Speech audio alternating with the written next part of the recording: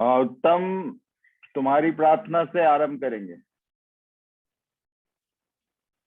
उत्तम फ्रॉम धनबाद। हाँ मामू। प्रेयर करो।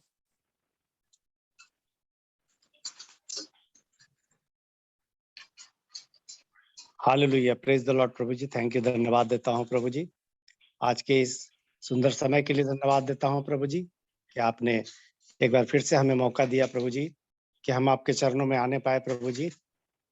हम सबों को आज पूरे दिन संभाल के रखा और इस संध्याकालीन समय में इस सभा में आने का मौका दिया, इसके लिए धन्यवाद देता हूँ प्रभु जी। सुंदर संगति के लिए धन्यवाद देता हूँ प्रभु जी। जब प्रभु के दास के द्वारा आपके वचनों को प्रभु जी हमारे अंदर हमारे साथ बांटा जाएगा प्रभु जी हम सिर्फ सुनने वाले ना बने बल्कि उसे मनन करने वाले और अपने जीवन में लागू करने वाले बन सके प्रभु जी। हम सब जो यहाँ उपस्थित हैं, जितने विश्वासी जन यहाँ उपस्थित हैं और जो भी ज्वाइन होने जा रहे हैं प्रभु जी, सब पर प्रभु जी आपकी करुणा होने पाए, सब पर आपका अनुग्रह होने पाए प्रभु जी। पवित्र आत्मा से सबको भर दीजिए प्रभु जी।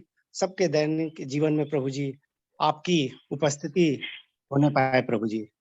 धन्यवाद देता हूँ प्रभु जी। फिर से इस जूम मीटिंग को आपके हाथों में देता हूँ, किसी प्रकार की कोई रुकावट और परेशानी ना होने पाए प्रभु जी। धन्यवाद देता हूँ।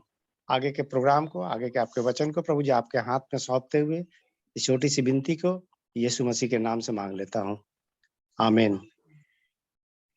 तो गॉड ब्लेस यू उत्तम आज की प्रार्थना के लिए। और एक बार फिर से इस अध्ययन में सारे पार्टिसिपेंट्स का स्वागत है।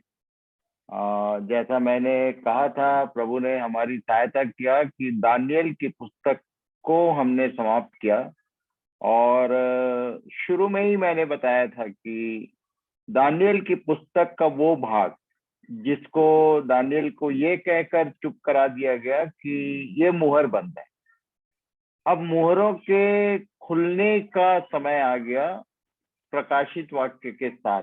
और इसलिए जैसे हम अभी तक अपनी इस अध्ययन में बने हुए हैं, आगे भी वैसे ही बने रहें, इसके लिए मैं सबसे निवेदन करता हूं और परमेश्वर से मेरी ये प्रार्थना है कि जैसे अब तक उसने इस अध्ययन में हमारी सहायता की है, आगे भी जब तक ये अध्ययन समाप्त न हो, बाइबल के उत्पत्ति से लेकर प्रकाशित वाक्य तक हमने टारगेट में रखा कि आखिर परमेश्वर का प्लान और purpose, perfect plan and purpose क्या है, इसको हम समझें।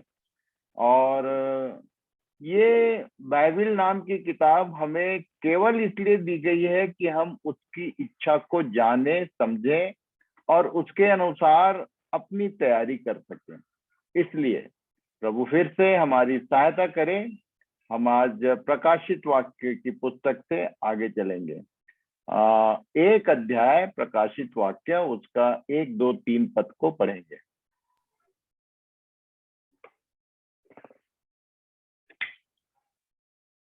रीवा पढ़ो।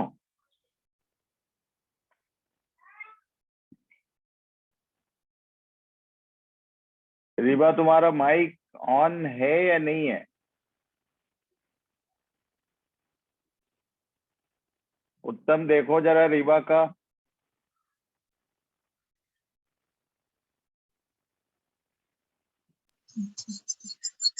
यीशु मसीह का प्रकाशित वाक्य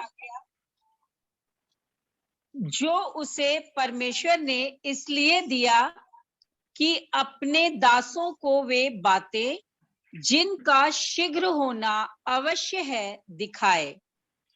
और उसने अपने स्वर्गदूत को भेजकर उसके द्वारा अपने दास यूहन्ना को बताया, जिसने परमेश्वर के वचन और यीशु मसीह की गवाही अर्थात जो कुछ उसने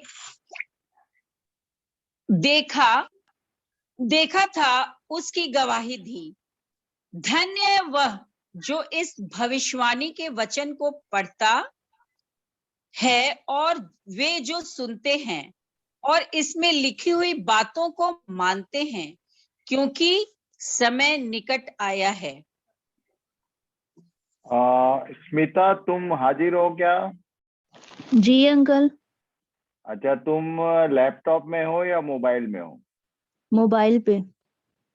तो ये may you read the Bible on screen? हाँ। तो रीबा, तुम नहीं पढ़ोगे, तुम्हारा नेटवर्क ठीक नहीं है। स्मिता, तुम पढ़ो एक बार फिर से। जी। प्रकाशित वाक्य 1:1 से।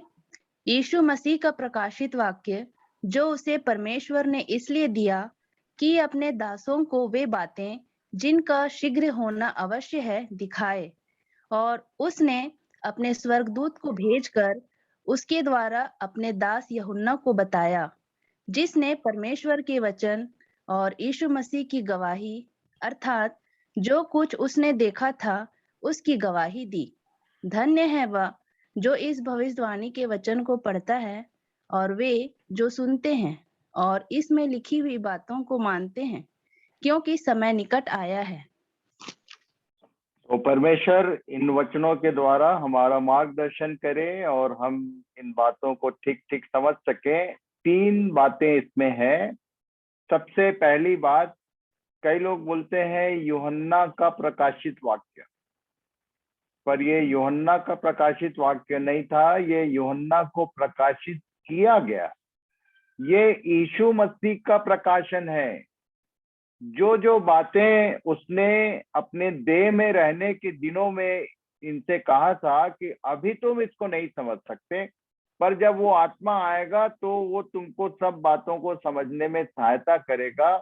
अब उसी का प्रकाशन, यीशु मसीह का प्रकाशन, जो उसे परमेश्वर ने इसलिए दिया, पहले नहीं दिया था। इसको ध्यान रखना कि पहले उसको जिस काम के लिए भेजा था, अब देखूं जरा आज शुरू में ही कि यीशु किस लिए भेजा गया था इस दुनिया में। Anyone can answer in simple 1 line? पाप को ले जाने के लिए। एक ही बात, उसका नाम यीशु रखना, क्योंकि वह उनके पापों से उनका उद्धार करे। मुख्य बात ये था। बाकी जो चंगाई और परेशानियां दूर और ये जो भी काम हुआ वो परमेश्वर की ओर से था, इसका प्रगटीकरण था केवल। निकोदेमुस ने इसी बात को कहा था कि जो जो काम तू दिखाता है, यदि परमेश्वर उसके साथ ना हो तो वो नहीं दिखा सकता। पर वो एक्चुअल में केवल उस काम के लिए नहीं आया, जैसे आज बहुत सारे लोग उस काम में लगे हुए। उसका मूल काम था लोगों के उद्धार के लिए अपना प्राण, अपना लहू बहाना, जिसके द्वारा, जिसके बिना पापों की क्षमा नहीं होती। और इसलिए यीशु मसीह का प्रकाशित वाक्य जो उसे परमेश्वर ने इसलिए दिया, उन दिनों में जितना बताया गया उतना उसने कन्वे किया। आज भी वो being a son of God इस किताब में बोल रहा है, इसमें लिखित में है कि परमेश्वर ने दिया, किस लिए? इसलिए दिया कि, आगे क्या लिखा है पहली लाइन? कि अपने दासों को वे बातें जिनका शीघ्र होना अवश्य है दिखाए। तो जितने लोग उसकी सेवा में हैं उनको ये बात प्रकट करना एसेंशियल था कि बहुत शीघ्र कुछ होने वाला है। इसलिए उसने प्रकाशित वाक्य का पुस्तक लिखाया। और क्या लिखा है? और उसने अपने स्वर्गदूत को भेजकर उसके द्वारा अपने दास यूहन्ना को बताया। यूहन्ना को क्यों बताया? क्यों नहीं पतरस को बताया, या क्यों नहीं पौलुस को बताया? क्योंकि ये सब लोग तो जिंदा थे उस समय। क्यों यूहन्ना को बताया? उसका कारण लिखा है। क्यों आपको बताया जाए, उसका कारण ये होना चाहिए। क्या क्या क्या यूहन्ना को बताया? क्यों? जिसने परमेश्वर के वचन और यीशु मसीह की गवाही अर्थात जो कुछ उसने देखा था उसकी गवाही दी। ये कहाँ लिखा? इसके बारे में उसने बताया, मैं कई बार इस अध्ययन में एक बार बता चुका हूँ। और एक बार आज रिपीट कर लेते हैं। पहला यूहन्ना 1 अध्याय, उसका पहले पद से यीशु मसीह की गवाही उसने खुद दी और उसका सिस्टम समझाया कि कैसे तुम सच्चे गवाह उसके बन सकते हो। एक बार फिर से पढ़ लो भाई वो 4 एक्शन आगे। पहला यूहन्ना 1 अध्याय का 1 और 2 पद। उस जीवन के वचन के विषय में जो आदि से था, जिसे हमने सुना और जिसे अपनी आंखों से देखा, वरन जिसे हमने ध्यान से देखा और हाथों से माइक बंद हो गया।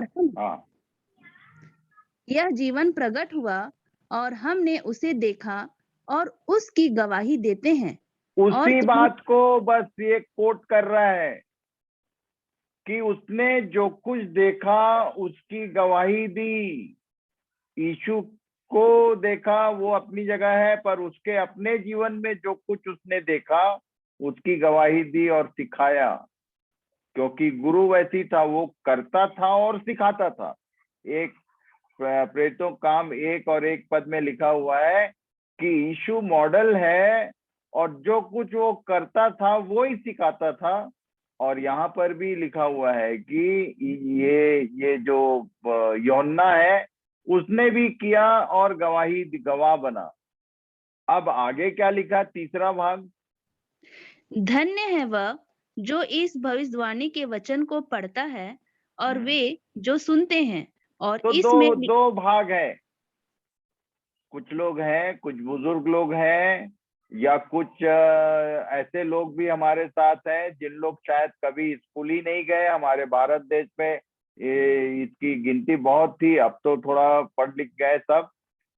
लिखा है जो इस भविष्यवाणी के वचन को पढ़ता है वो धन्य है, और जो नहीं पढ़ सकता, जो बिस्तर में है या किसी कारण से वो पढ़ने लायक स्थिति में नहीं है पर सुनता है, वो भी धन्य है। पढ़ना या सुनना आशीष का कारण होता है। इंग्लिश में यदि देखोगे तो ब्लेसेड इज पर्सन ऐसा लिखा है। ब्लेसेड ही जो पढ़ता और सुनता है और इसमें लिखी हुई बातों को मानता है, विश्वास करता है। क्यों? क्योंकि समय निकट आया है। रेवलेशन,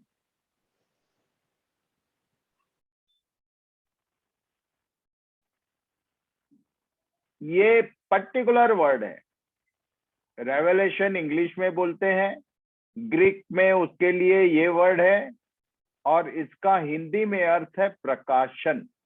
और प्रकाशन का जो कॉन्सेप्ट है वो स्टेज से समझ में आता है कि पढ़ो जरा। दीपा तुम हो?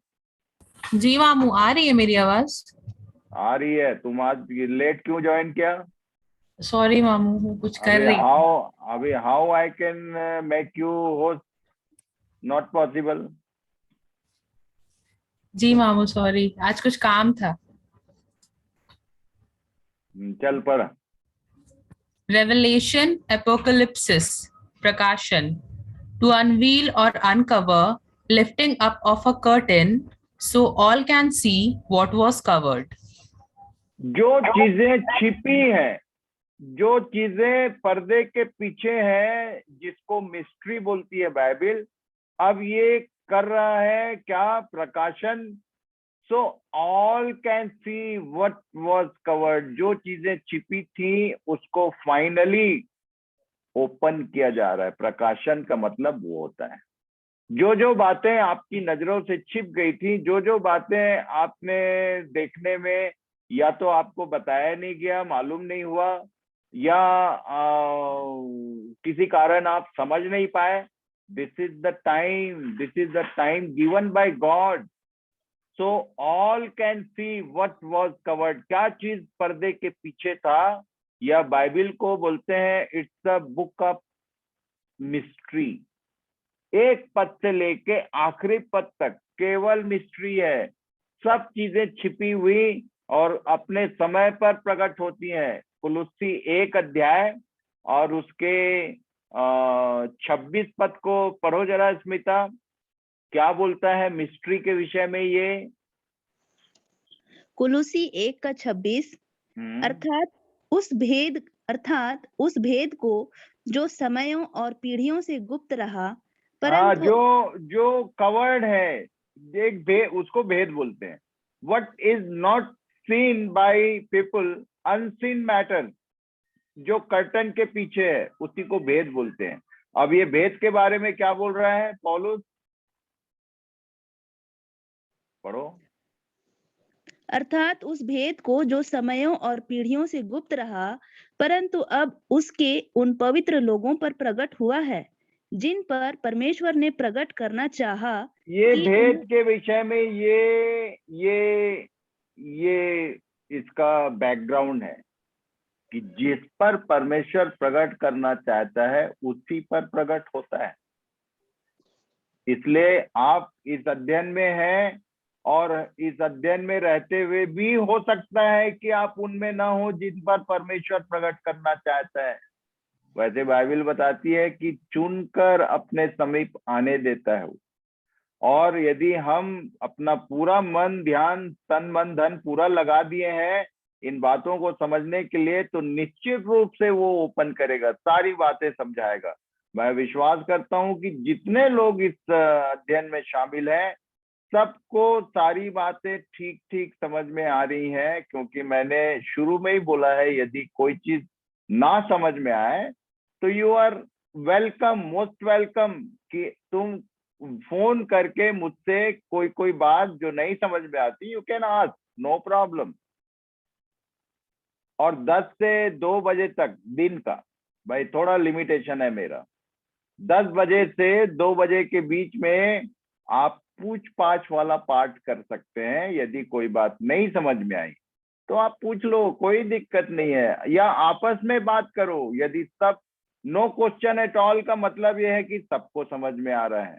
और मैं जानता हूं class, this is a class, this is not a revival meeting.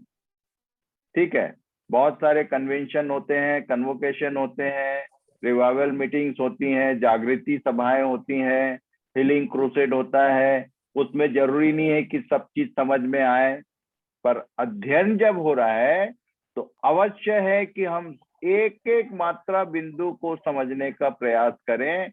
और परमेश्वर की मनसा यही है कि मनुष्य ज्ञान रहित न रहे, और इसलिए ये सारी बातों पर हमने अपना मन लगाया हुआ है.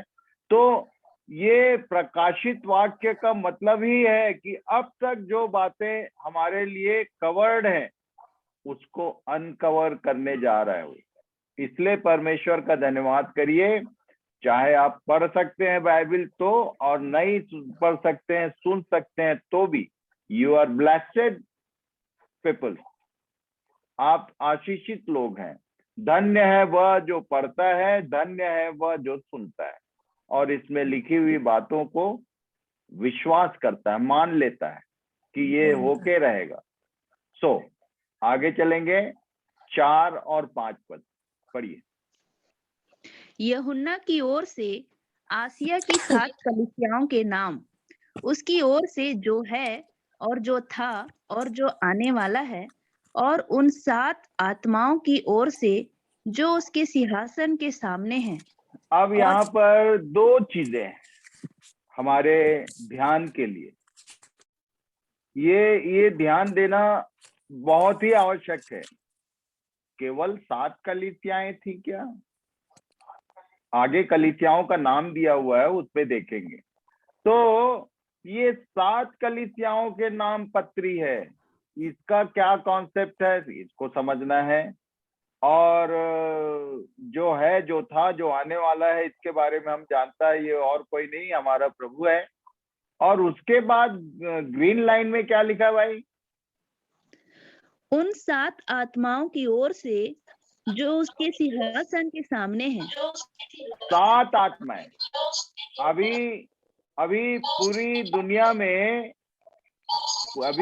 दुनिया में प्लीज एक चीज का ध्यान रखना, आज को होस्ट नहीं है मेरा, माइक बंद करके रखिए सब लोग. आप ध्यान कीजिए कि आपका अनम्यूट है कि नहीं, या 1 मिनट में सॉरी ड्रॉप कर रहा हूँ, मुझे को चाहिए ही होगा।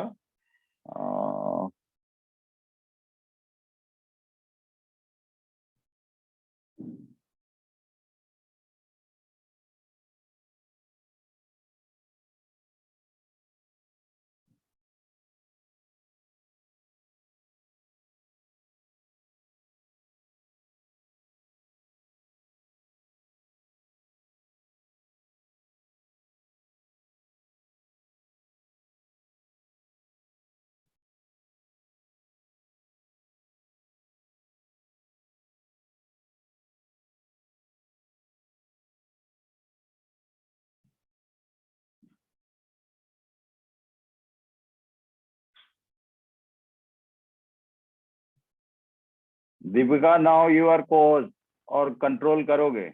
जी मामू।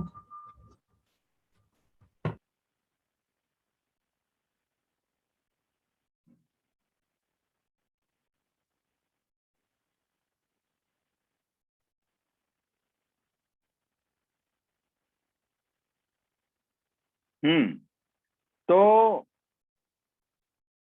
2 चीजें देखा हमने, 7 कलीसियाएं हैं और ये जो है, जो था, जो आने वाला है, और उसके बाद 7 आत्माओं का वर्णन।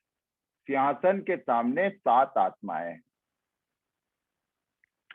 अब ये 7 आत्माओं का वर्णन हम लोग, अभी कई बार मैं पूछ लेता हूँ नए लोगों से, जो नागपुर वाले हैं उनको मालूम है और कुछ कुछ लोगों को मालूम है, पर जो नए लोग हैं उनके लिए मैं एक बात बता दूं कि हम लोग पवित्र आत्मा बोलते हैं, पर यहाँ तो 7 आत्मा है। कौन से वाले आत्मा की बात करते हो आप? इसलिए इन विषयों को आगे आएगा, 2 बार और मेंशन किया है, देखेंगे 7 आत्माएं क्या हैं, किसको बोलती है। अब आगे बढ़ो भाई। और यीशु मसीह की ओर से जो विश्वास योग्य साक्षी और मरे हुओं में से जी उठने वालों में पहिलौठा और पृथ्वी के राजाओं का हाकिम है, तुम्हें अनुग्रह और शांति मिलती रहे, जो हमसे प्रेम रखता है और जिसने अपने लहू के द्वारा हमें पापों से छुड़ाया है और हमें एक राज्य और अपने पिता परमेश्वर के लिए याजक भी बना दिया। उसी की महिमा और पराक्रम बनाएगा नहीं बोल रहा है, इसको ध्यान करना। वो ये शब्दों को ध्यान करना कि now we are like a kingdom. मैंने शुरू में ही बहुत अच्छे से समझाया कि there are 3 kingdoms, 3 kingdoms, kingdom of heaven, kingdom of God, and then ये सब बातें मैंने बताया है। तो ये अभी जो लोग जिंदा हैं इस पृथ्वी पर है उनको बोल रहा है, कलीसिया के नाम से जो लोग कलीसियाओं में हैं उनसे कह रहा है हमें एक राज्य और अपने पिता परमेश्वर के लिए याजक। पहला पतरस ने वही लिख दिया कि याजकों का समाज है ये, एक आध जन याजक नहीं होता है, वो भूल सुधार लेना। no only one is a priest, every believer is a priest। Priest का मुख्य काम होता था, मीडिएटर होता था, मनुष्य की बातों को परमेश्वर तक, परमेश्वर की बातों को मनुष्य तक। अभी भी हमको उसने ये अधिकार ऑलरेडी एज अ बिलीवर दिया हुआ है कि आप लोगों के लिए प्रार्थना करो और प्रभु की इच्छा को, उसकी मनसा को लोगों तक पहुंचाओ। यदि ये काम नहीं हो रहा है तो you are not a priest, आप याजक नहीं। और ये पत्री उन्हीं को लिख रहा है। उसने हमें ऑलरेडी उस लहू के द्वारा हमें पापों की क्षमा दी और हमें एक राज्य और पिता परमेश्वर के लिए याजक बना। उसकी महिमा हो, पराक्रम युगानुयुग बनी रहे। आगे पढ़ो। देखो वह बादलों के साथ आने वाला है और हर एक आंख उसे देखेगी, वरन जिन्होंने उसे बेधा था वे भी उसे देखेंगे और पृथ्वी के सारे कुल उसके कारण छाती पीटेंगे। हाँ आमीन। वेट, यहाँ पर कंफ्यूजन हो जाएगा। देखो वह बादलों के साथ आने वाला है, ये ठीक है, पर हर एक आंख उसे देखेगी, वरन जिन्होंने उसे बेधा था ये नहीं होने वाला है भैया। और पृथ्वी के सारे कुल बोलने से सारे कुल, ये सारी दुनिया देखेगी और छाती पीटेगी उसके लिए। दुनिया वाले क्यों छाती पीटेंगे भैया उसके लिए? तो ये सारे कुल बोलने से ये इजराइलियों के लिए कह रहा है कि वो छाती पीटेंगे, क्योंकि उन्हीं ने भेदा था। पौलुस पिलातुस तो कह दिया था कि मैं उसमें कोई दोष नहीं पाता। इन्हीं लोगों ने चिल्लाया और ये कहा था कि उसके खून का लेखा हमारे और हमारी संतानों पर आने दे, पर ये लोग देखेंगे और छाती पीटेंगे। कब? जब पहली बार आएगा तो किसी को पता भी नहीं चलेगा, बादलों तक आके उधरी से वो अपने लोगों को, इसीलिए उठाया जाना बोलते हैं, रैप्चर होगा।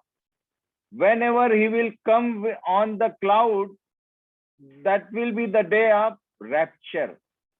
यहाँ लोगों को समझ में ही नहीं आएगा कि क्या हुआ, कहाँ गायब हो गए इतने सारे लोग।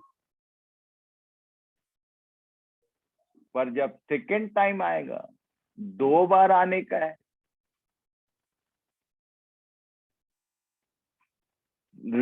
ये इसको ध्यान रखना आप कि 2 बार आएगा वो।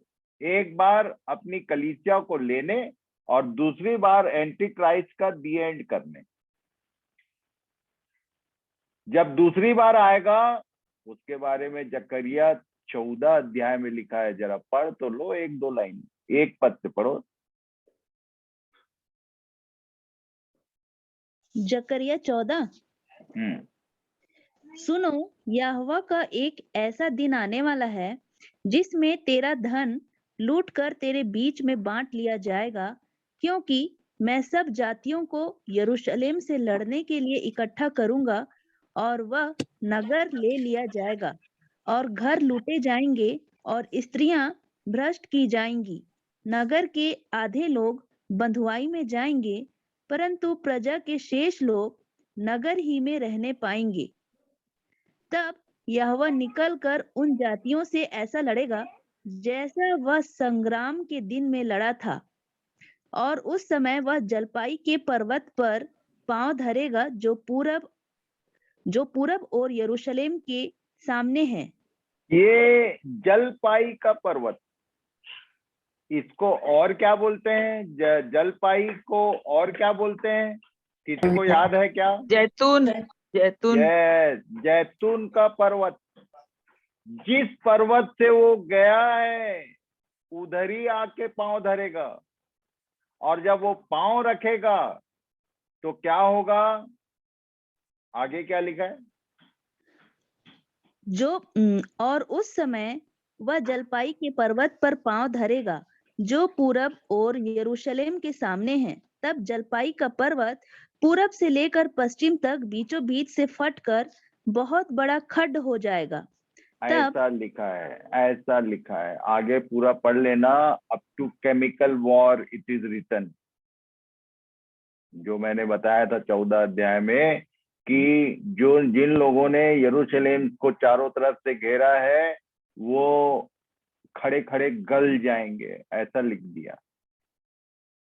तो यहाँ पर ये जो 7 और 8 पद में हम पढ़ रहे हैं, 7 पद में जो लिखा है, देखो वह बादलों के साथ आने वाला है, it will be the first coming, and वो उसको रैप्चर बोलते हैं। सेकेंड कमिंग इसको बोलते हैं जब हर आंख उसे देखेगी।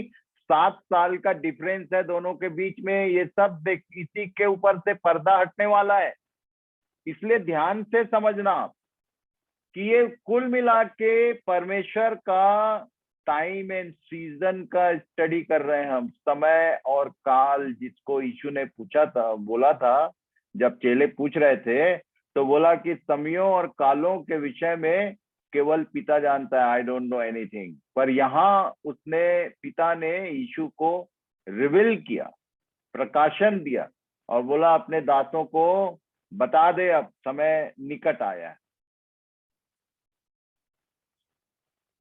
पहली बार बादलों पर आएगा हम जो जीवित हैं और जो हमसे पहले गए हैं, ये दोनों पार्टी नई देह के साथ उठा लिए जाएंगे। बादलों पर मुलाकात होगा, किसी को कोई आंख नहीं देखेगी, पर जब सेकेंड टाइम आके पांव धरेगा तो सब देखेंगे उसको, और जिन्होंने उससे भेदा है वो छाती पीटेंगे,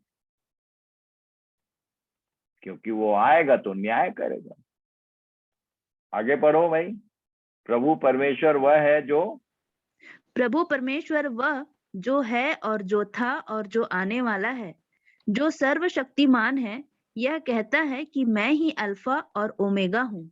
अल्फा और ओमेगा, यहाँ से शुरू किए थे हम। अल्फा का मतलब उत्पत्ति 1 अध्याय 1 पद, और ओमेगा का मतलब अंत 22 अध्याय। और 1 अध्याय में 1 पद में जैसा स्वर्ग था वैसा ही उसका पूरा वर्णन 22 अध्याय में, कि वो एज इट इज फिर से रिकवर करने जा रहा है। ये 7000 साल का जो प्रोग्राम है वो केवल उसी का है।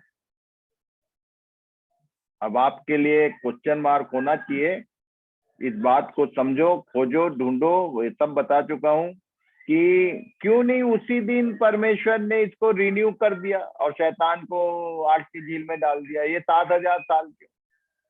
इसका आंसर होना चाहिए आपके पास। देखेंगे, पढ़िए 9 और 10 पद।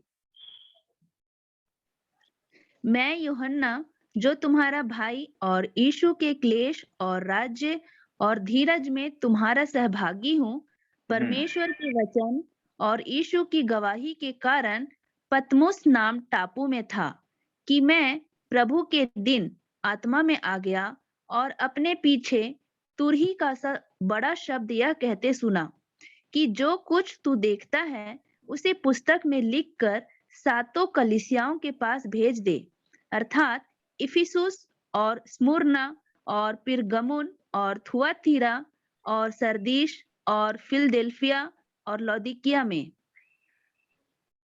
ये 7 कलीसिया है। अब कुरिन्थ कहाँ गया, फिलिप्पी कहाँ गया, गलाती कहाँ गया, उनका नाम क्यों नहीं है? केवल 7 कलीसियाएं बोलती है ये बाइबल। तो ये 7 कलीसियाएं वो कलीसियाएं नहीं है, ये 7 डिस्पेंसेशन ऑफ द चर्च। कलीसिया का ये 7 युग है। 7 युग में कलीसिया का इतिहास देखने जा रहे हैं हम लोग। इफिसुस बोलने से क्या वो इफिसुस की कलीसिया नहीं बोल रहा है? ये इफिसुस की कलीसिया का जो कॉन्सेप्ट है उसके दूत को ये लिख बोला। ये सब देखेंगे आगे हम लोग 2-3 अध्याय में। पर एक मुख्य बात ये समझना है कि 7 is the fullness, 7 is the number of fullness in the Bible. 7 जो है परमेश्वर के कामों की परिपूर्णता को प्रकट करता है। और ये 7 कलीसिया का मतलब है कलीसियाई युग, complete age of the church, beginning से लेके रैप्चर तक, उसका पूरा इतिहास ये 2 और 3 अध्याय में लिखा है। देखेंगे हम लोग। पर इसको ध्यान रखना कि 7 कलीसियाएं नहीं थी, कलीसियाएं तो बहुत थी, पर ये दिस इज अ डिस्पेंसेशनल ट्रूथ। ये समयों के पूरे होने का प्रबंध देख रहे हैं हम। और ये 7 नाम जो है ये कलीसियाई युग का कितने साल का? 2000 साल का ये इतिहास है पूरा, उसको देखने जा रहे हैं। पर ये बताने के पहले उसने कुछ और बात बोला। पढ़ो की वर्स टू द रेवलेशन। प्रकाशित वाक्य को समझना है तो उसकी मुख्य चाबी यहाँ है, इसको समझ लो। पढ़ लीजिए। Key verse to the Revelation 1 to 119. हाँ, 119 में जो 19वां पद है वही की है, वही चाबी है। Events in the 3 stages in the church. Events कलीसियाई युग के 3 मुख्य इवेंट हैं। क्या? पहला क्या? इसलिए ये जो प्रकाशित वाक्य है, ये जो प्रकट किया जा रहा है, ये प्रगटीकरण का 3 हिस्सा है। प्रकाशित वाक्य 3 भाग में है। सॉरी, मैंने इवेंट बोला। वो पहले बात में क्या है, दूसरे बात में क्या है, तीसरे में देखेंगे। तो ये प्रकाशित वाक्य की किताब जो है, वो जैसे दानियल की किताब 4 दर्शन के भीतर कंप्लीट होती है।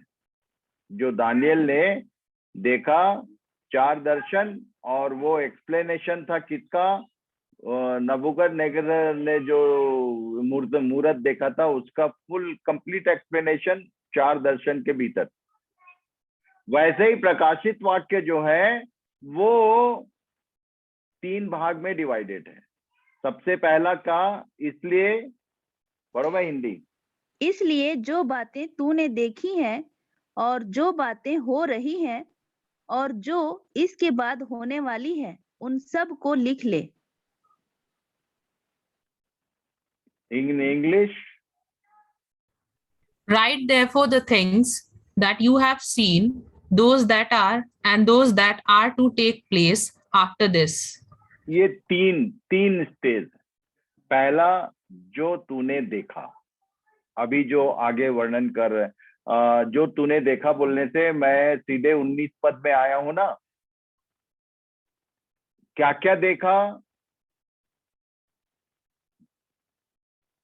इसको फिर से डिवाइड करेंगे, पढ़ो। First, what you have scene. तो उसने क्या देखा था? 9 से 20 पद तक जो कुछ देखा, 1 अध्याय का, उसके बारे में है। It was vision of Christ. इसको क्यों दिखाया ये बताता हूं। दूसरा क्या है?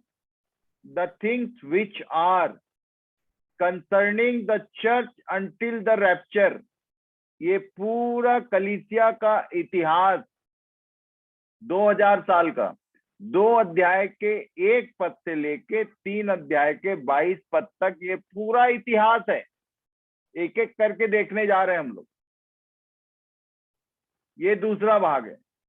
और 4 अध्याय के 1 पद से 22 अध्याय के अंत तक, वो क्या है? तीसरा part, the things which shall be here after. इसके बाद जो होगा, जो इतिहास खत्म होगा, उसके बाद जो होने वाला है, रैप्चर के बाद जो कुछ होने वाला है, द थिंग्स आफ्टर रैप्चर। ये 4 अध्याय के 1 पद से, ये 3 भाग में है। इसको आप अच्छे से डिवाइड, वैसे मैं पीडीएफ तो भेज ही रहा हूं आपको, तो इसको ध्यान में रखना। अब विजन ऑफ क्राइस्ट क्यों दिखाया? तो आई एम कंफर्म, मैं कई बार गवाहियां सुनता हूं लोगों की कि मैं अकेले प्रार्थना में था और मेरा कमरा पूरा प्रकाश से ज्योतिर्मय हो गया और लाइट दिखाई दिया और उसमें यीशु का दर्शन मिला और वो आकर अपने घाव दिखाए, उसके हाथ से खून। ऐसा विजन देखते हैं लोग। सैटेनिक विजन बोलता हूं मैं, फॉल्स। उसी को इसने प्रकट किया कि जब मसीह आएगा तो तुम धोखा मत खा जाना। उसका अभी का रूप रंग कैसा है, पहले उसको जान बोला। The vision of Christ, what you have scene. क्या दिखाया था उसको? पढ़ो, एक बार पढ़ लेते हैं, उसके बाद देखेंगे कि देखा क्या था। क्यों ये जब you have seen, reason to show the vision of Christ. The vision of Christ जो है वो 1:12 से 17 तक, पर उसके पहले जो लिखा है जकरिया 13:6, पढ़ लो भाई। तब उससे यह पूछा जाएगा, तेरी छाती पर ये घाव कैसे हुए? तब वह कहेगा, ये वे ही हैं जो मेरे प्रेमियों के घर में मुझे लगे हैं। मालूम है, एक होमवर्क दिया था एक बार कि यीशु गया, स्वर्गारोहण हुआ कितने दिन बाद? जी उठने के, भाई स्कूल से छुट्टी होता है बच्चों का तो दौड़ते भागते कहाँ जाते हैं उन लोग? 40 days। अरे जो मैं पूछ रहा हूँ बताओ कि स्कूल से जब बच्चा अपना स्कूल का टाइम खत्म हो जाता है तो छुट्टी होते साथ कहाँ जाता है? घर। ये 40 दिन तक गया क्यों नहीं? भाई काम तो पूरा हो गया, उसने यही बोल के प्राण छोड़ा था कि पूरा हुआ। ये हैज डन, जिसके लिए भेजा गया था वो पूरा हो गया। 40 दिन तक गया क्यों नहीं? तो उसका कारण ये था कि ये चेले जिनको बनाया था वो गोलमाल थे, जैसे अभी हम लोग गोलमाल। उनको बार बार दर्शन देख के बता रहा था कि आई एम अलाइव। ये लोग, ये पतरस तो पूरा टीम को लेके फिर अपना मछली मारने चल दिया। तब पूछना पड़ गया उसको कि तू क्या मेरे से प्रेम करता है? तो जो मैं बोला हूं वो कर। 3 बार। एक बार थोमा बोला जब तक देख नहीं लूंगा आई विल नॉट बिलीव। एक बार ये लोग अपने को बंद कर लिए थे कमरे में तो प्रकट होना पड़ा कि अरे तुम टेंशन मत लो मैं जिंदा हूं। और तीसरी बार वही जब ये लोग मछली पकड़ने चल दिए थे तब। ये सब करने के बाद, कंफर्म करने के बाद गया। 40 दिन लग गया उसको इधर। उसका काम है वो, ये लोग उसके काम को आधा कर दे रहे थे। कौन? चेले लोग। और यदि ध्यान से समझना है तो मत्ती 28 उसके 13 पद से पढ़ो जरा, क्या लिखा है? लास्ट पैराग्राफ पढ़ो। ये चेले लोग का कैटेगरी क्या था?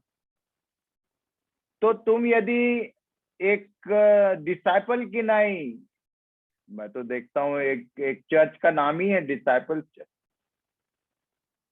है। डिसाइपल्स का क्या हाल चाल था? माथा पीट लोगे आप। और सारे डिसाइपल्स वैसे ही हैं उधर भी जहाँ डिसाइपल चर्च। पढ़ो भाई 28 का लास्ट पैरा। और 11 चेले गलील में उस पहाड़ पर गए जिसे यीशु ने उन्हें बताया था, और उन्होंने उसके दर्शन पाकर उसे प्रणाम किया, पर किसी किसी को संदेह हुआ। यीशु अब ने 11, एक तो धोखेबाज फांसी लगा लिया।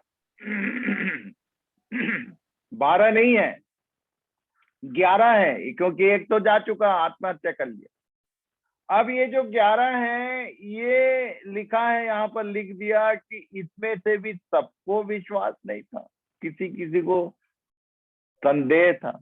तो जितने जो डिसाइपल्स हैं, तुम ध्यान कर लो भैया।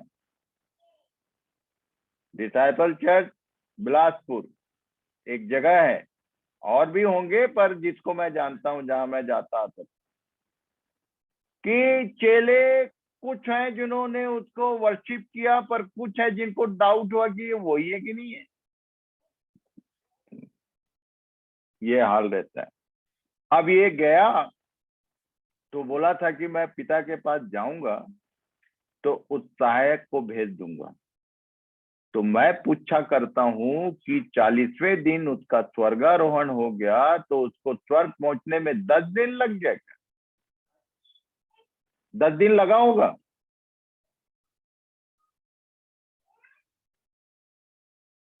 सोचो जरा। कुछ नहीं, वहां जब वो गया तो उसको बहुत सारे उसके पास उसके लिए क्वेश्चन मार्क थे। उसमें से एक ये है, क्या उससे पूछा गया कि तू तो साबुत गया था, ये छाती पर घाव कैसे हुआ? तब वह कहेगा, ये वे ही हैं जो मेरे प्रेमियों के घर में, जो मुझसे प्रेम करते हैं, उनने दिया है घाव। मेरे प्रेमी मेरे घर में मुझको लगे हैं, बाहर नहीं लगा, मेरे अपने लोगों ने छाती पे घाव बनाया। वेयर यू आर, कहीं आप अभी भी उसके छाती में घाव तो नहीं लगा? ये सोचना पड़ेगा।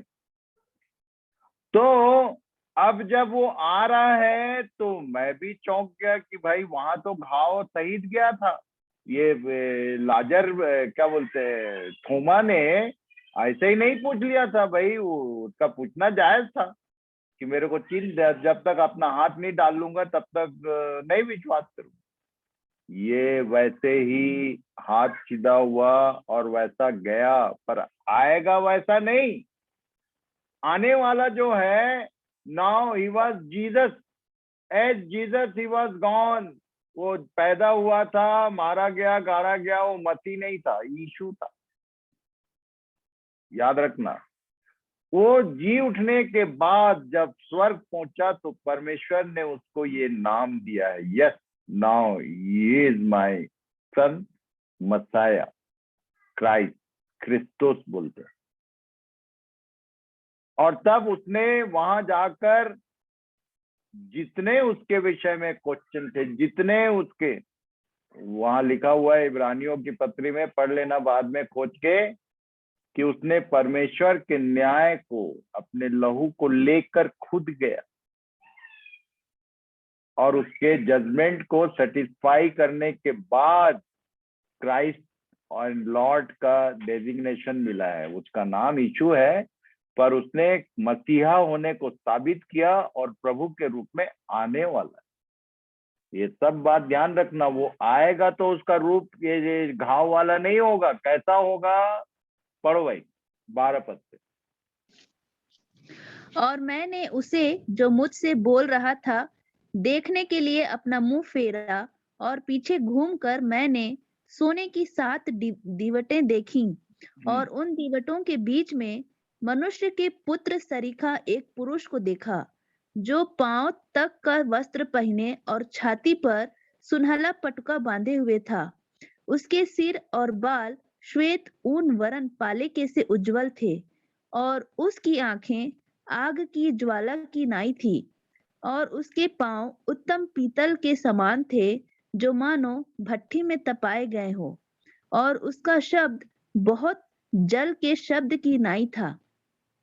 और वह अपने दाहिने हाथ में 7 तारे लिए हुए था, और उसके मुख से चोखी दोधारी तलवार निकलती थी, और उसका मुंह ऐसा प्रज्वलित था जैसा सूर्य कड़ी धूप के समय चमकता है। तो इस पूरे सेक्शन में 2 चीजें हैं जिसको समझना जरूरी है, आगे देखेंगे। सोने की 7 दीवटें हैं और ये 7 तारे हाथों में लिया हुआ है। ये 7 तारे क्या हैं और 7 दीवटें क्या हैं, इसको ध्यान करेंगे। पर यहाँ एंड क्या किया? उसका मुंह ऐसा प्रज्वलित था जैसा सूर्य कड़ी धूप के समय चमकता है। ये कड़ी धूप कब होती है भाई? दिन में कोई 12 बताएगा? बजे 12 बजे दिन को। एक काम करना, अभी तो कहीं कहीं पानी गिर रहा है, कहीं बदली है, कहीं, जिस दिन मैदान मतलब आसमान साफ हो, ठीक 12 बजे दिन में बाहर निकलना और सूर्य को देखने का प्रयास करना। क्या होगा मालूम? जो यहाँ हुआ, पढ़ो। जब मैंने उसे देखा तो उसके पैरों पर मुर्दा सा गिर पड़ा, और उसने मुझ पर अपना दाहिना हाथ रख कर यह कहा कि मत डर, मैं प्रथम और अंतिम और जीवता हूँ। पूरा तो देखा, सिर से पैर से लेके सिर तक, पर ये मुर्दा जैसे गिर क्यों पड़ा? One more person is there in the Bible जिसको ऐसे ही दर्शन हुआ, उसने यीशु को देखा और गिर पड़ा और कई दिन तक अंधा था। साउल कौन था था, वो? साउल साउल शाऊल। जब पौलुस नहीं हुआ था, शाऊल जब सताने जा रहा था, ऑन द वे यीशु ने दर्शन दिया उसको। हे शाऊल, हे शाऊल, मुझे क्यों सताता है? इसने देखा। क्यों? क्योंकि यीशु जो आने वाला है उसका मुंह कोई नहीं देख सकता। सूर्य की नाई, हाँ, इस देह में नहीं देख सकते, पर जब तुम बदली हुई देह, नई देह के साथ जब हम जाएंगे तो तो सब के सब वैसी चमकदार रहेंगे। ग्लोरियस बॉडी होगी वो, मैं बताते आ रहा हूं, इसको यहाँ ध्यान रखना। एक आम शारीरिक मनुष्य, मॉर्टल मैन, कभी नहीं देख सकता उसको। यूहन्ना ने देखा, वो गिर गया, उसका मुंह का दर्शन पाके। ये पूरा वर्णन क्यों कर सका? क्योंकि ये मुंह के बल नीचे जमीन पे दंडवत की मुद्रा में गिरा, उपासना के दिन था, ये मुंह के बल गिरा हुआ था। और जब उसने देखना शुरू किया, जो आवाज दे रहा था, बात कर रहा था, तो नीचे से ऐसे देखते देखते देखते वर्णन किया कि उसका वस्त्र कैसा है, उसका पांव कैसा है, उसका क्या, और आखिरी में उसका मुंह को देखा तो सूर्य चमका, गिर पड़ा।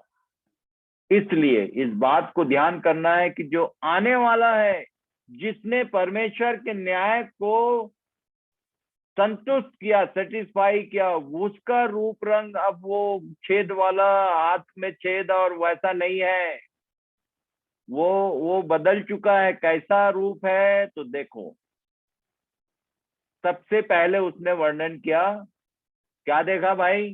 पांव तक का वस्त्र पहने और छाती पर सुनहला पटुका बांधे हुए था। इंग्लिश में पढ़ो भाई दीपा।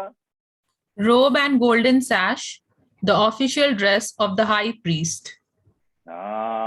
महायाजक का ड्रेस है उसका, ये स्वर्गीय। हमारा ऐसा भी महायाजक है जो स्वर्गों में से होकर गया, लिख दिया। ये अभी भी मीडिएटर का काम करता है, हमारे लिए दाहिने बैठ के विनती करता है, अभी भी अपना काम हाई प्रीस्ट का छोड़ा नहीं। उसका ड्रेस ऐसा होगा, वो लंगोट वाला को भूल जाओ जो क्रूस पे प्राण दिया, वो उसका यीशु का काम था, वो करके चला गया। Now he is glorious one. मत्ताया बोलने से जो आने वाला है उसका पिक्चर है ये। क्या लिखा? The official dress of high priest. उसको देखा इसने, रोब एंड गोल्डन सेट, ये ड्रेस होगा उसका। अब वो छेद वाले को दिखा के, शैतान तुमको धोखा ना दे दे, कलीसियाओं को लिख के भेज बोला।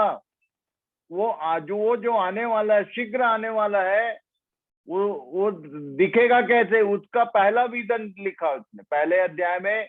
केवल इसका रूप बताया कि जो आएगा उसमें धोखा मत खा जाना, क्योंकि यीशु ने खुद कहा था कि देखना ऐसे समय आएगा जब लोग कहेंगे कि मसीह यहाँ है वहां है, तो तुम धोखा मत खा जाना। इसीलिए उसने दर्शन में यूहन्ना को दिखा दिया कि किस रूप में आएगा। ये आएगा, आने वाला है, जो बादलों पर आएगा और सेकेंड एडवेंट में आएगा, उसका ड्रेस यही रहेगा,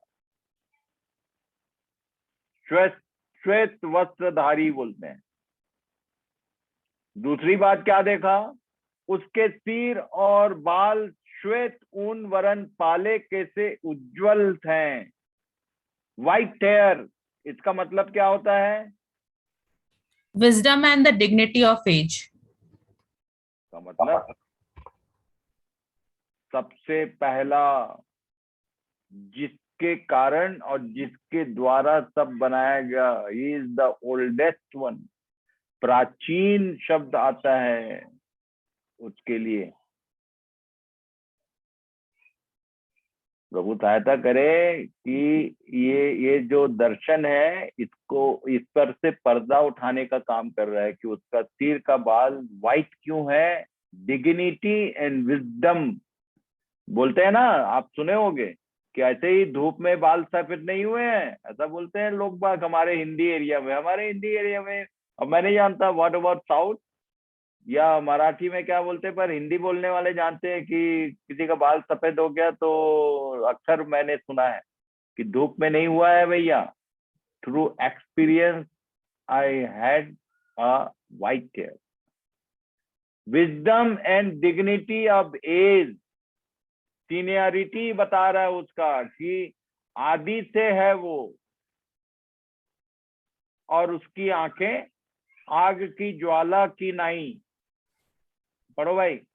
Eyes like blazing fire, they ये क्यों penetrate. है? ये क्यों? आगे They penetrate and read everything hidden within corners of the each one's heart. ये एक बार फिर से याद दिला दूं मैं, पहला यूहन्ना 4 अध्याय और उसके 1 से लेके 5 तक पढ़ लो भाई, क्या लिखा। हे प्रियो, हर एक आत्मा की प्रतीति ना करो, वरन आत्माओं को परखो कि वेट, पहला यूहन्ना बोला क्या मैं? जी, सॉरी, पहला कुरिन्थी 4 अध्याय उसके 1 से। मनुष्य हमें मसीह के सेवक और परमेश्वर के भेदों के भंडारी समझें। फिर यहाँ भंडारी में यह बात देखी जाती है कि एक मिनट, पहला कुरिन्थी 4:5 का पढ़ो। यहाँ तक सुनने में आता है कि तुम में व्यभिचार, 3 का 1 से पढ़ो। हे भाइयों, मैं तुमसे इस रीति से बातें ना कर सका जैसे आत्मिक लोगों से, परंतु जैसे शारीरिक लोगों से और उनसे जो मसीह में बालक हैं।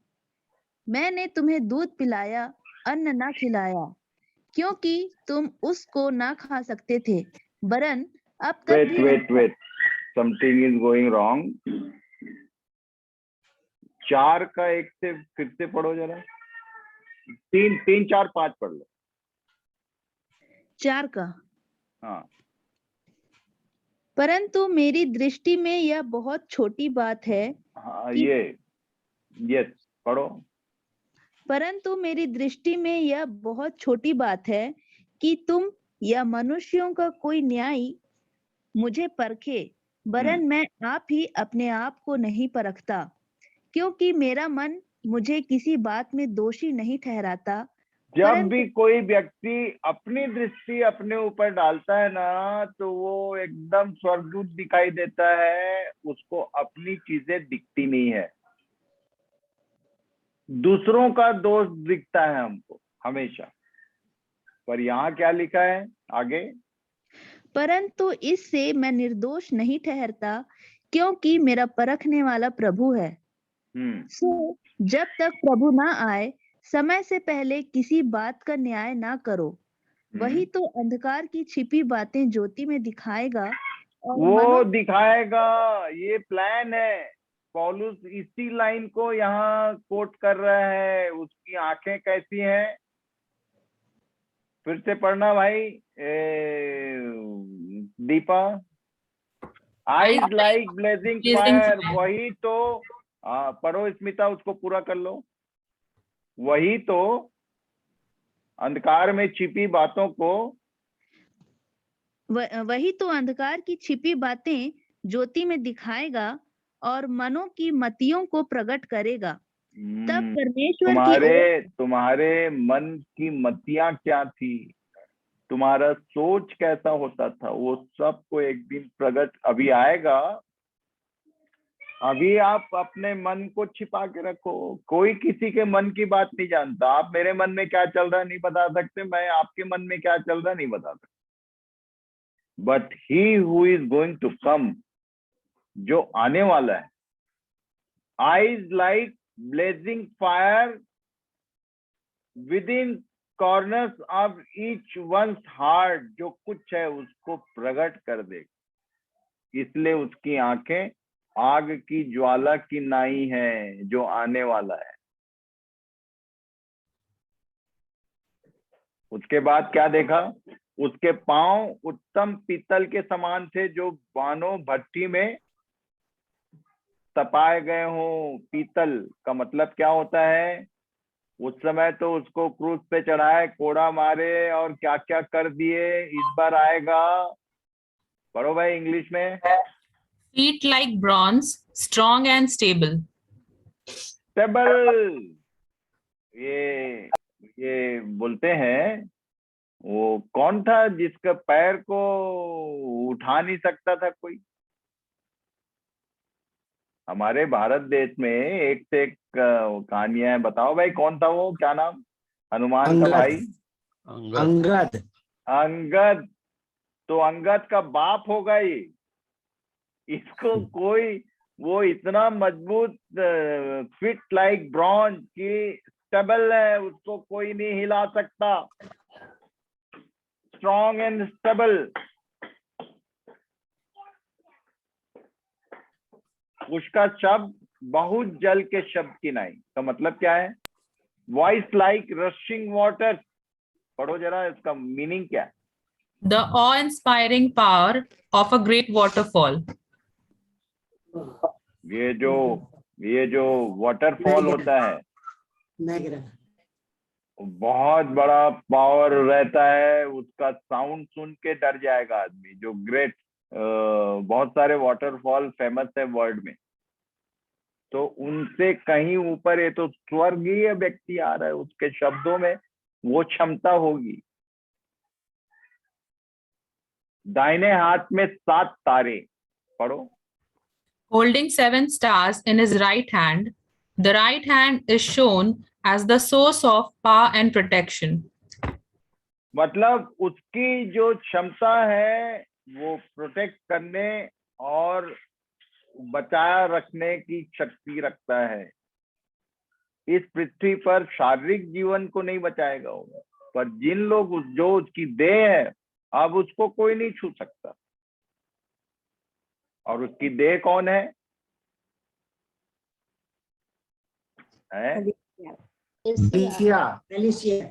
उसको कोई छू नहीं सकता। कब? जब वो आएगा तब, अभी नहीं। वो तो स्टीफनुस को पत्थर मार मार के मार दिए। जितने प्रेरित है सबका दी एंड का एक तो बुक मिलता है, पढ़ लेना कौन कैसे। ये योन्ना बेचारा कहाँ पतमुस में पड़ा हुआ। मसीही का मतलब ही है जो मारे जाने के लिए उसने ठान लिया है।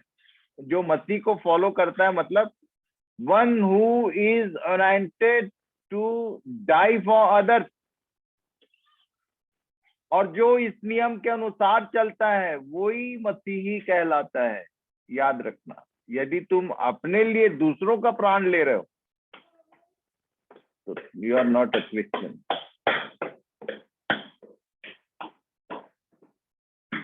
पढ़ो भाई। उसके मुख से चोखी दोधारी तलवार निकलती थी। इसका क्या मतलब? Double aged sword of his mouth. पढ़ो। His word that aims to save the innocent and to destroy a man of war. दोधारी का मतलब मैन ऑफ वॉर को अपने मुंह की फूंक से मार देगा और जो इनोसेंट हैं उनको बचाएगा। ये शक्ति उसके शब्दों में है। उसका मुंह ऐसा प्रज्वलित था जैसा सूर्य कड़ी धूप के समय चमकता है। का क्या मतलब? पढ़ो भाई। Face like the sun, as at the transfiguration, the Son of Righteousness. ये जब वहां थे याकूब, यूहन्ना, पतरस के साथ स्वर्ग उसका ट्रांसफिगर हुआ था, वहां भी ये चेहरा उसका देखे थे कि उसका चेहरा जो है कड़ी धूप के समय सूर्य के समान चमक रहा था। और ये सन ऑफ राइचसनेस कहाँ लिखा है भाई? किसी को याद है? मलाकी 4 उसका 2। चलो, कम से कम एक आंसर तो सही मिला। पढ़ लो एक बार भाई, मलाकी 4 का 2।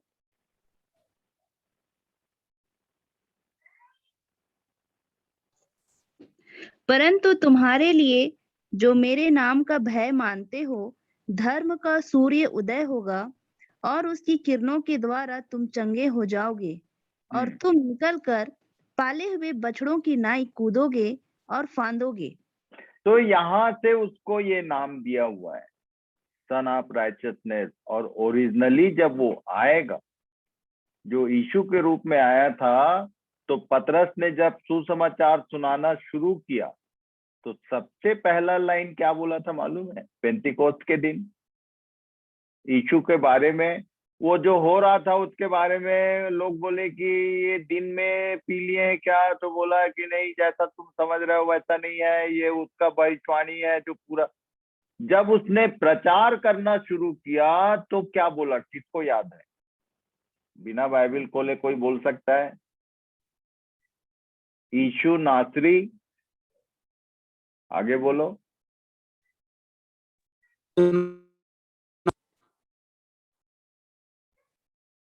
पढ़ लो भाई, पढ़ लो निकाल के। 2 अध्याय प्रकाशित वाक्य, सॉरी प्रेतों काम 2 अध्याय। कौन सा पद है?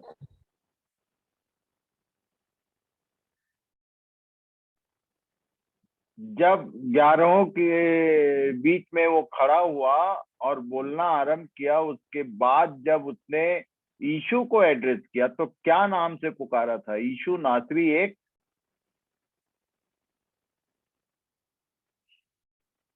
मीता।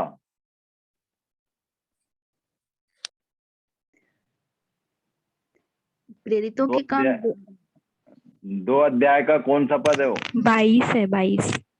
पढ़ो भाई।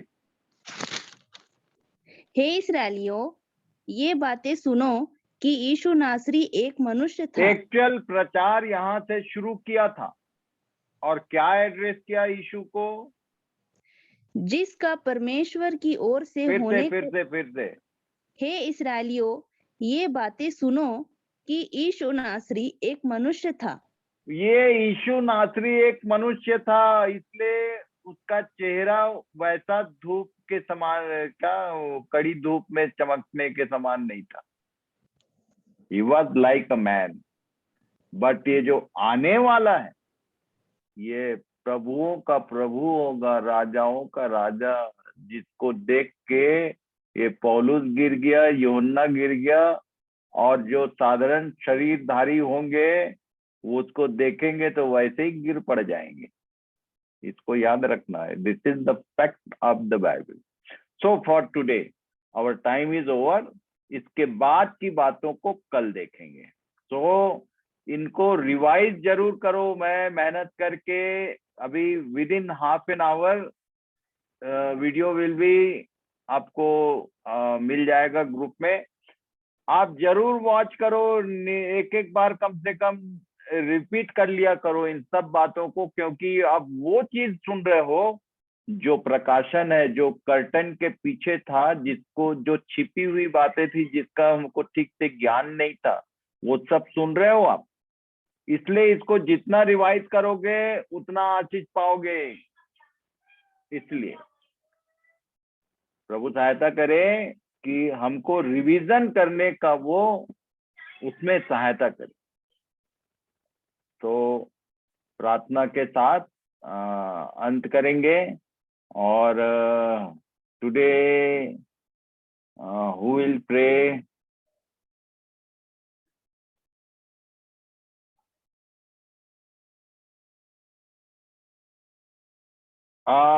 अचिंत्यो भाई फ्रॉम वेस्ट बंगाल, अचिंत्यो गोराई। हाँ जी, आपकी प्रार्थना से आज का ये अध्ययन समाप्त करेंगे। हम प्रेयर करते हैं। সর্বশিক্ষিত তোমার কাছে ধন্যবাদ দিচ্ছি। আজ এই সুন্দর দিনটি আমাদের দেখতে দিয়েছিলে, আমাদের রক্ষা করে বাঁচিয়ে রেখেছো, সারাদিন সঙ্গে সঙ্গে আসো, প্রতিটি কাজে সাহায্য করছো, ধন্যবাদ দিচ্ছি। অপেক্ষা করেছিলাম তোমার বাক্য শোনার জন্য আমাদের ব্রাদার সেখানে মুখ দিয়ে, যেখানে তুমি তার মুখ দিয়ে প্রকাশিত বাক্য প্রকাশ করছো।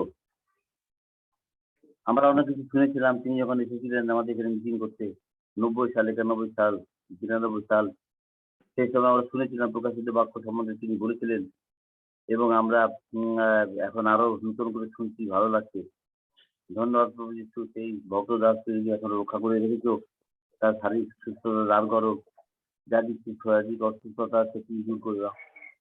এই বাক্য আমরা যতজন শুনছি প্রত্যেকের জন্য প্রার্থনা করি, তারা প্রত্যেকে বুঝতে পারছে যে কি তোমার বাক্যের বৈশিষ্ট্য। প্রভু যিশু, তুমি আমাদের তোমার বাক্য হৃদয়ের মধ্যে বেঁধে রাখতে সাহায্য করো, এবং যেন সেভাবে চলতে পারি তুমি আমাদের সাহায্য করো। তুমি শোনা নয়, আমরা যেন প্রত্যেকে সেভাবে চলি।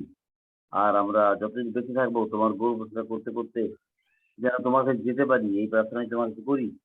তার সবাই সন্নিকট। আমরা দেখতে পাচ্ছি পৃথিবীর যে অবস্থা, চারিদিকে বাইবেল আমরা পড়ি বলে জানতে পারছি যে তোমার আগমন সন্নিকট। তোমাদের প্রস্তুত করো, রক্ষা করো, পরিবার সকলকে রক্ষা করো, আমাদের আত্মীয় স্বজন, প্রিয়জন, দুজন এবং যতজন শুনছে তাদের উপর থেকে তুমি আশীর্বাদ করো। বিশেষ করে শেখর বাবুকে, তার পরিবার সকলকে তুমি আশীর্বাদ করো, সঙ্গে সঙ্গে এই রাত্রে ভার গ্রহণ করো। এই ক্ষুদ্র প্রার্থনা তুমি ত্রাণকর্তা প্রভু যীশু তোমার नाम चाहे आमीन। आमीन।